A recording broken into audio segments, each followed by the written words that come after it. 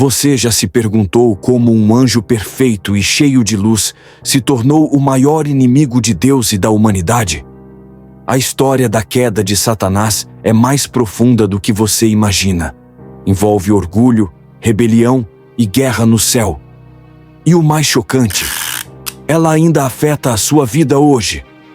Bom, meus irmãos, Satanás, antes da queda, era conhecido como Lúcifer, que significa portador da luz, do latim lux, mais, ferre.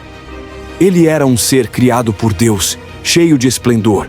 Ele era a própria personificação da beleza e da sabedoria. Seu nome e posição indicavam que ele refletia a luz e a glória de Deus.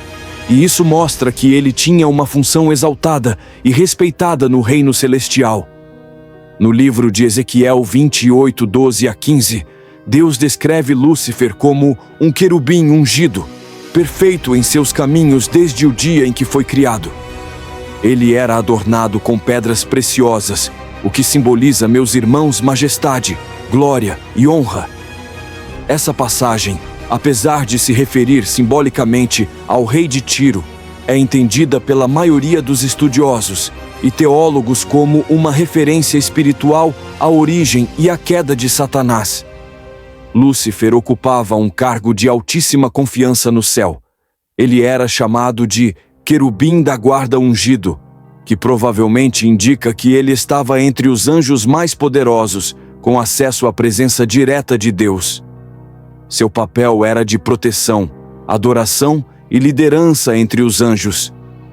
O texto diz que ele andava no meio das pedras afogueadas, uma expressão simbólica que representa acesso direto ao trono de Deus, à santidade e ao fogo purificador divino. Isso confirma que ele estava no centro da adoração e da glória celeste, com intimidade com o Criador. Já Isaías 14, 12 a 14, nos mostra o início da queda de Lúcifer. Seu coração se encheu de orgulho.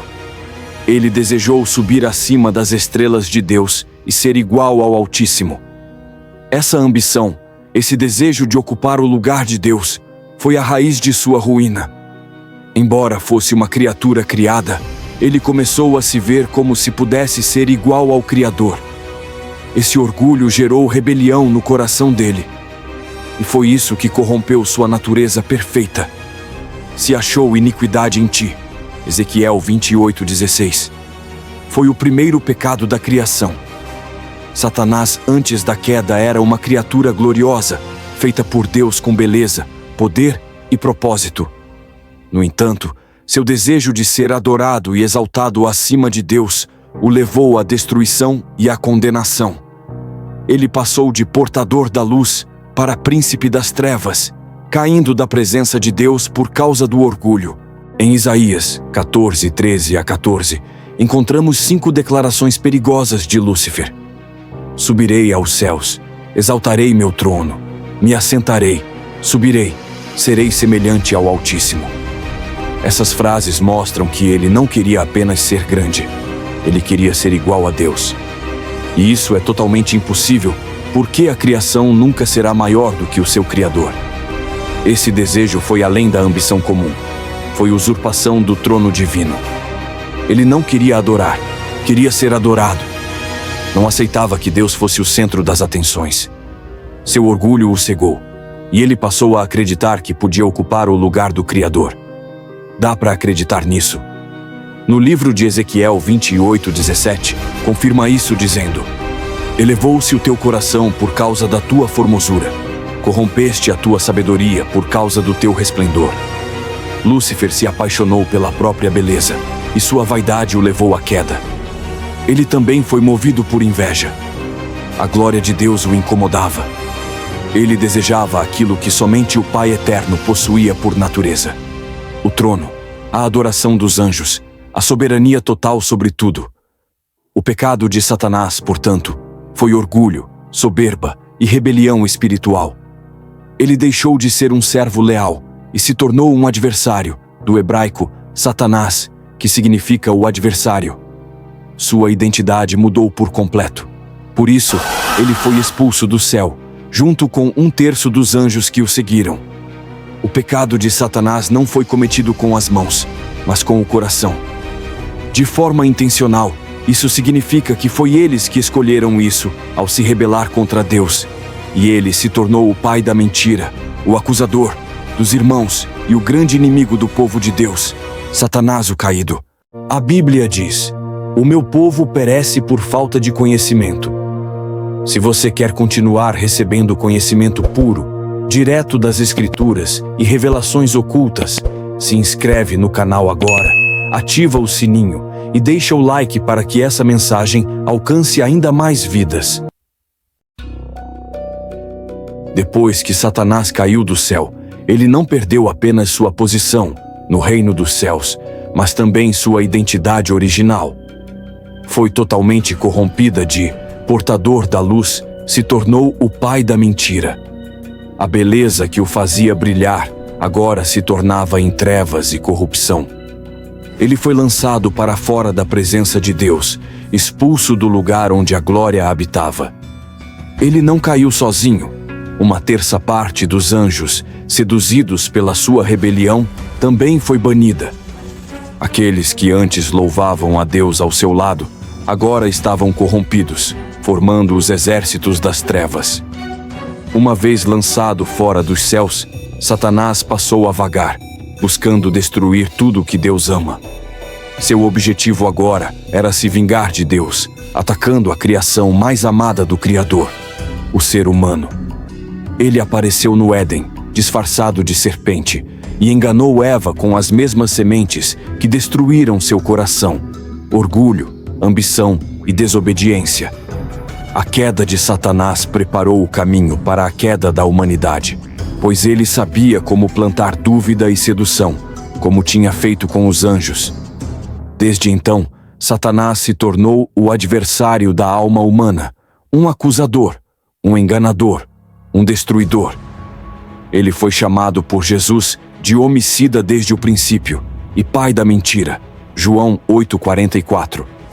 Ele opera com astúcia, com aparência de anjo de luz, mas suas intenções são sempre perversas. Seu reino não é construído com justiça, mas com engano, opressão e rebelião. Ele é como um leão ao redor, buscando a quem possa tragar. 1 Pedro 5,8. Mas também, em um tempo fora do nosso entendimento humano, o céu, lugar de perfeição e glória eterna, foi abalado por algo impensável: uma guerra.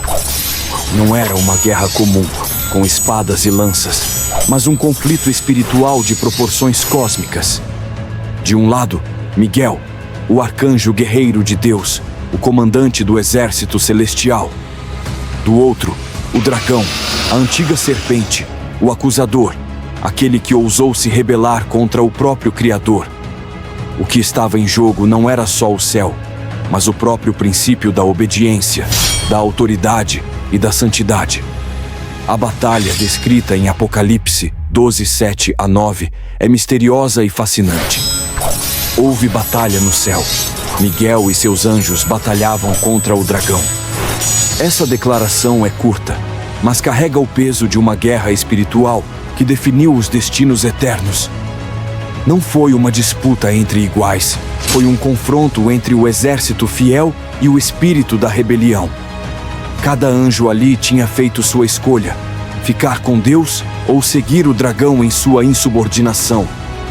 Miguel, nome que significa "quem é como Deus", foi levantado como o grande defensor do reino celestial. Ele não representava apenas força, mas lealdade absoluta ao Senhor. Miguel não hesitou. Com a autoridade delegada por Deus, ele se colocou à frente da hoste celestial para deter o avanço do caos. Enquanto o dragão instigava a desordem e a mentira, Miguel reafirmava a verdade, a justiça e a soberania divina. Essa guerra nos ensina algo profundo. Mesmo no céu, houve livre-arbítrio. Os anjos tiveram a capacidade de decidir, e 1/3 deles escolheu seguir o engano. Isso nos mostra que o amor verdadeiro requer liberdade, e onde há liberdade, há o risco da rebelião. O céu inteiro testemunhou o choque entre o plano original de Deus e a arrogância daquele que quis usurpar a glória. A batalha foi intensa. O dragão não estava sozinho. Arrastava consigo milhões de seres celestiais, mas ele não prevaleceu. A Escritura afirma com clareza: mas não prevaleceram, nem mais o seu lugar se achou no céu. O céu, que sempre foi sinônimo de ordem perfeita, não poderia mais conter a presença da rebeldia. A decisão foi tomada: expulsão. E não foi apenas simbólica, foi definitiva. O mal foi lançado para fora da dimensão da glória. Agora, essa expulsão tem um significado profundo. O lugar do inimigo já não era mais nos céus, mas na terra. Foi expulso o grande dragão, e os seus anjos foram lançados com ele. Ou seja, a terra se tornou palco do conflito espiritual. A batalha não terminou no céu, ela apenas mudou de cenário. Aqui, o dragão continua tentando, acusando, enganando, enquanto Miguel e os anjos seguem em guerra contra seus planos. Há uma verdade oculta que poucos falam. Essa guerra é espiritual, mas tem reflexos em nosso mundo. Cada tentação, cada ideologia distorcida, cada mentira bem contada tem por trás um plano arquitetado por aquele que já foi derrotado, mas não destruído. Ele sabe que tem pouco tempo e por isso age com fúria. Apocalipse 12:12. Isso explica a intensidade do mal nos últimos tempos. E há também um mistério. Mesmo derrotado no céu, o dragão continua com autoridade entre os homens, mas apenas onde ele é permitido. O segredo está em quem tem discernimento. Aqueles que compreendem as Escrituras e vivem debaixo da autoridade de Cristo estão debaixo da mesma cobertura daquele exército celestial que venceu o dragão. Miguel continua lutando, e nós, como povo de Deus, fazemos parte dessa resistência. Essa guerra não terminou. Ela é contínua. É por isso que Paulo escreve que nossa luta não é contra carne e sangue, mas contra principados e potestades. O mesmo exército de Miguel ainda está ativo, e a luta espiritual é real. E há uma promessa poderosa. Eles o venceram pelo sangue do Cordeiro e pela palavra do seu testemunho. Isso significa que a vitória final é certa para aqueles que estão com Cristo. O dragão já perdeu. Ele apenas ruge tentando parecer forte. E por fim, uma revelação para seu público. O fato de Satanás ter sido lançado à terra é, ao mesmo tempo, o juízo e a oportunidade. Juízo, porque ele agora está restrito, e a sua derrota foi selada. Oportunidade, porque nós, como filhos da luz, somos chamados a viver com discernimento, fé e firmeza, sabendo que fazemos parte de um reino eterno, e que a guerra já tem um vencedor. Miguel venceu. Deus reina. E o dragão, que tentou se exaltar, agora sabe que seu fim está decretado. Quando Satanás foi expulso do céu, a terra tornou-se o palco da sua atuação. Em Apocalipse 12:9, está escrito que ele foi lançado para a terra, e com ele vieram seus anjos, a terça parte do exército celestial que foi seduzido por sua rebelião. A partir desse momento, o inimigo passou a operar com fúria, sabendo que pouco tempo lhe resta. E sabe por quê? Porque Jesus está voltando. Ele não caiu apenas como um ser derrotado, mas como alguém que carrega ódio, ira e desejo de vingança contra tudo o que é santo, justo e puro. A terra, que antes era uma criação perfeita nas mãos de Deus, agora se tornou um ambiente de conflito espiritual. A entrada do pecado no mundo, por meio da serpente no Éden, não foi apenas uma falha humana, mas uma continuação da guerra iniciada no céu. Satanás enganou Eva, depois Adão caiu, e a humanidade inteira passou a viver debaixo da influência do pecado. O mundo foi contaminado pela mentira, pela vaidade, pelo egoísmo e por tudo que contraria o caráter de Deus. Com a queda, o homem perdeu o domínio espiritual que Deus havia dado a ele sobre a criação. Satanás passou a ser chamado de o príncipe deste mundo, João 14:30, o Deus deste século, 2 Coríntios 4:4. Ele opera nas estruturas do mundo, nos sistemas, na cultura, na política, nas ideologias e nas religiões falsas para afastar o homem de Deus. Essa influência maligna é sutil, sedutora e cada vez mais normalizada pela sociedade. As consequências não são apenas espirituais, mas também físicas e morais. Guerras, doenças, desastres, divisões, miséria e a degradação dos valores são manifestações do caos espiritual instaurado por ele. A Terra, ao invés de refletir somente a glória de Deus, agora é também campo de batalha entre luz e trevas. O coração humano, sem Deus, torna-se alvo fácil para a manipulação do inimigo. Além disso, o maligno tem distorcido a verdade. Em vez de confrontar diretamente, ele se disfarça como anjo de luz, 2 Coríntios 11:14, tentando parecer bom, espiritual, até religioso. Ele tem usado até partes da Bíblia para confundir, dividir e enganar. Muitos hoje seguem falsas doutrinas, heresias e caminhos que parecem de Deus, mas não são. Essa é uma das armas mais perigosas de Satanás nos últimos tempos. Mas o plano de Deus nunca foi frustrado. A vinda de Jesus à Terra foi o divisor de águas. Cristo veio para destruir as obras do diabo. 1 João 3:8. Na cruz, ele venceu o pecado, a morte e desmascarou o império das trevas. Mesmo com a presença do mal, há um caminho de redenção, reconciliação e vitória. O sangue de Cristo nos purifica de todo o pecado e nos reconecta com o Pai. Hoje, vivemos numa realidade onde a batalha espiritual continua. Satanás continua tentando, acusando, seduzindo e perseguindo. Ele planta dúvidas, medo, orgulho e incredulidade no coração dos homens. Mas Deus, por meio do Espírito Santo, nos dá discernimento, força e autoridade espiritual para resistirmos ao inimigo. Somos chamados a vestir a armadura de Deus e lutar o bom combate da fé, Efésios 6. É por isso que precisamos estar alertas. Não podemos subestimar o inimigo, mas também não precisamos temê-lo. Jesus já venceu. Nossa parte é permanecer firmes, vigilantes, com os olhos em Cristo. A luta é real, mas maior é o que está em nós do que o que está no mundo. 1 João 4:4. A vitória está garantida àqueles que permanecem fiéis.